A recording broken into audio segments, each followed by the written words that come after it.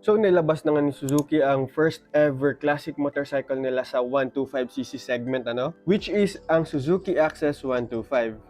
With two versions of standard version and the Ride Connect version. Will this be your next companion in terms of comfortability, usability, na may kasama pang performance? Kaya sa video na to, pag-uusapan natin yung specs and key features niya, first impressions ko dito, who is this best for, 3 things that I like, and 1 good thing to improve dito, and yung final thoughts ko naman dito. Kaya wag na natin patagalin pa, pag-usapan na natin yan. So si Suzuki Access 125 standard version is priced around 84,900 pesos, while si Suzuki Access Ride Connect Edition is priced around 93,900 pesos. Kaya bago mo bilhin to, pag-usapan muna natin ang specs and key features nito. So ang displacement nito is naka 124cc air-cooled na siya with a power of 8.3 horsepower at 6,500 RPM with a torque of 10.2 Newton meters at 5,000 RPM and compression ratio at 10.3:1 with a bore stroke of 52.5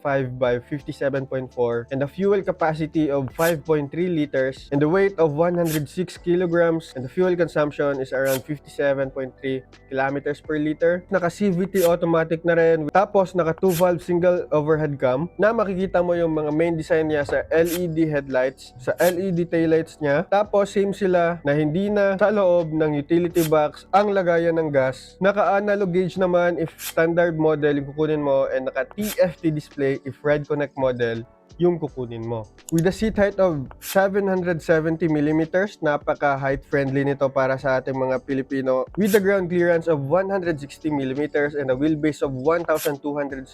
Tapos yung front tires niya is naka 90 by 90 by 12, while yung rear tires niya is naka 90 by 100 by 10. Ayun lang. Pero, naka Suzuki Eco Performance ka na, naka FI ka pa sa engine mo, naka brake lock system pa, naka combi brake ka na rin dito, naka integrated engine start na rin, na may kill switch pa, so tahimik ka pag pinapaandar mo to, and with side stand switch, tapos naka AC start pa, you can really say that this motorcycle really is one of the best motorcycle for beginners if magsisimula ka pa lang sa pagko-commute mo gamit ang mga motor. And pag-usapan naman natin ngayon ang key features nito. Simulan natin sa standard version.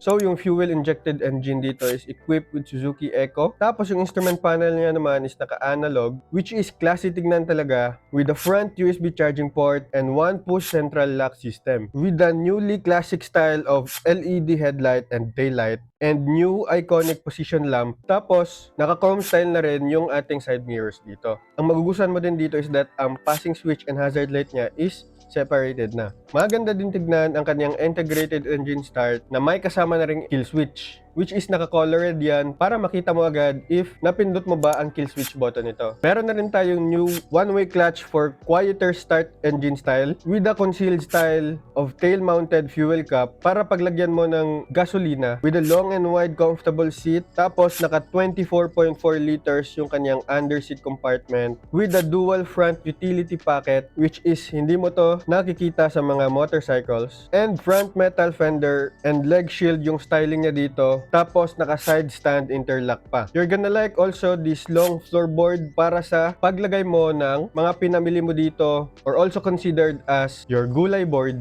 Yung kanyang high ground clearance, tapos may eco assist illumination pa. So makikita mo kanina violet yon, tapos ngayon naka green na, which means naka eco assist talaga if maganda yung takbo mo. And last but not the least is that naka stainless steel muffler with chrome plated cover na yung ating tambucho dito. So ito yung all-in-all key features natin sa standard version, while ito naman yung sa Ride Connect Edition. Now for accessories naman, merong accessories na pwedeng bilhin dito kay Suzuki, which is ang kaniyang meter visor na naka-tinted, and meron din tayong rear carrier bracket, which is pwede na natin mapaglagyan to ng utility box. While sa color naman kay Suzuki Access, si standard version ay may tatlong version, which is yung mint green, yung beige, tsaka yung black. Samantalang kay Suzuki Access Ride Connect Edition is naka matte blue styling. And ilalagay ko na lang dyan sa screen ang full specs dito para ma-assess mo if para sa'yo ba talaga tong motorsiklong ito. And so natapos na nga natin pag-usapan ang kaniyang specs on paper. But will this be a good competitor, especially sa real world? Now when we're gonna talk about first impressions, especially on comfortability,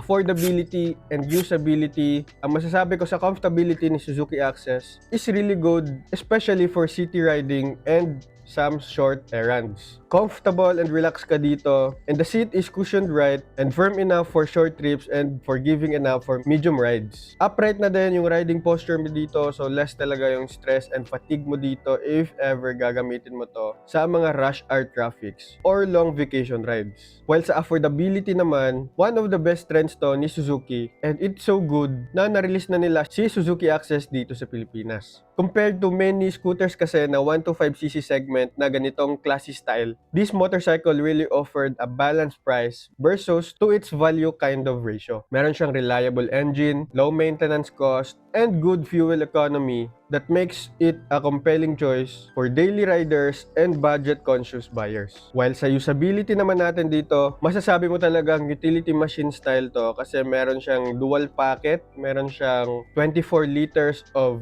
utility box, naka-automatic ka, naka-tubeless tires, and yung fuel cap mo is nasa likod na, so less talaga ang inconvenience mo dito. Pero if tatanungin ako, who is this best for? Ang masasabi ko dyan is best itong motorcycle na to para sa mga daily commuters, para sa mga students and beginners, para sa mga delivery riders, and para sa mga riders na gusto ng user-friendly scooter na hindi gaano kamahal ang presyohan niya sa ganitong classic styling ng mga motorcycles. So napapaisip na ba kayo if para sa'yo ba talaga itong motorcyclong ito? And if hindi pa naman, baka matulong tong 3 things that I like about this motorcycle and one good thing na maganda sana improve if ever ito man yung bibilin mo. So first natin dyan is ang kaniyang smooth and efficient engine performance. Kasi if mapapansin mo, usually yung mga displacement engine ni Suzuki is mga 110 to 115, which is like the Suzuki Raider J crossover, mga Suzuki SkyDrive, mga Suzuki Smash. 125cc really is a good choice if naghanap ka ng smooth, responsive, and dependable kind of motorcycle for your daily stop and go experience. Number 2 naman natin dyan is that you'll have a comfortable ride experience with its practical riding ergonomics. Naka-upright seating ka na dito with a good suspension calibration and a relaxed riding position. That makes this scooter comfortable for guys and girls who ride regularly.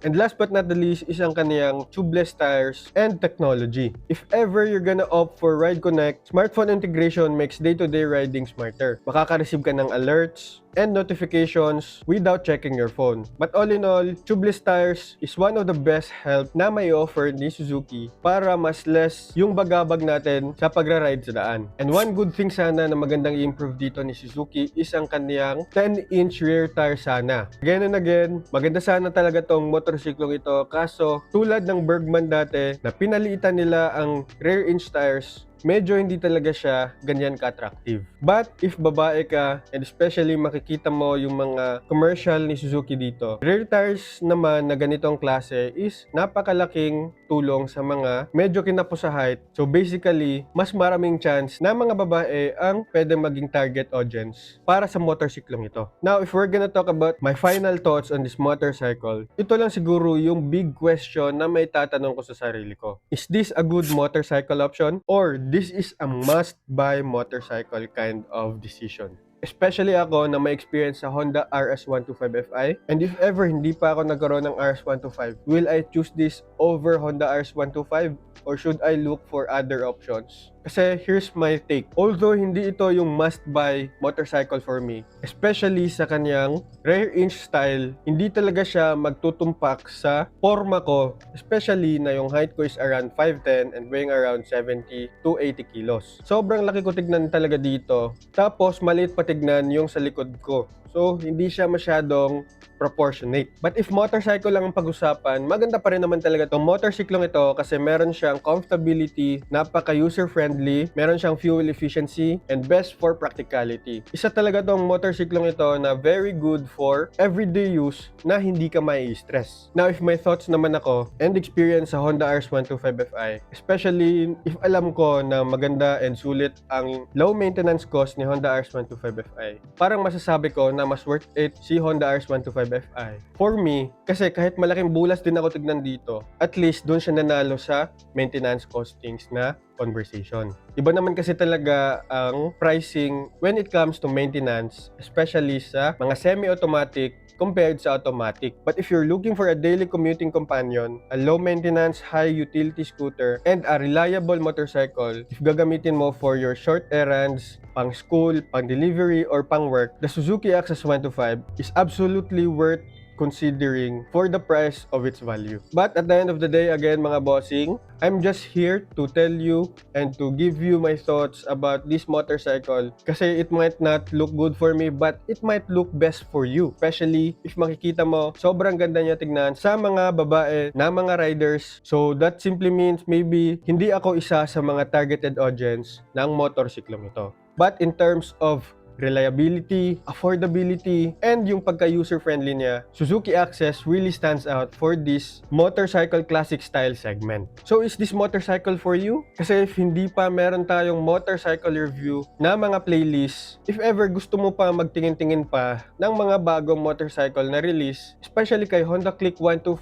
version 4 na na-release na sa Indonesia, which is a worth considering kind of motorcycle in the upcoming years. Kaya if nagustuhan mo yung mga ganitong klase mga videos, you can follow me for more. Like this video na rin and make a comment down below your thoughts. Meron ka mga questions, mga suggestions, pwede natin yan pag-usapan dyan sa comment section. You can also help me doing more by purchasing helpful products dyan sa mga affiliate videos ko. And always remember lang to ride safe and see you on my next video.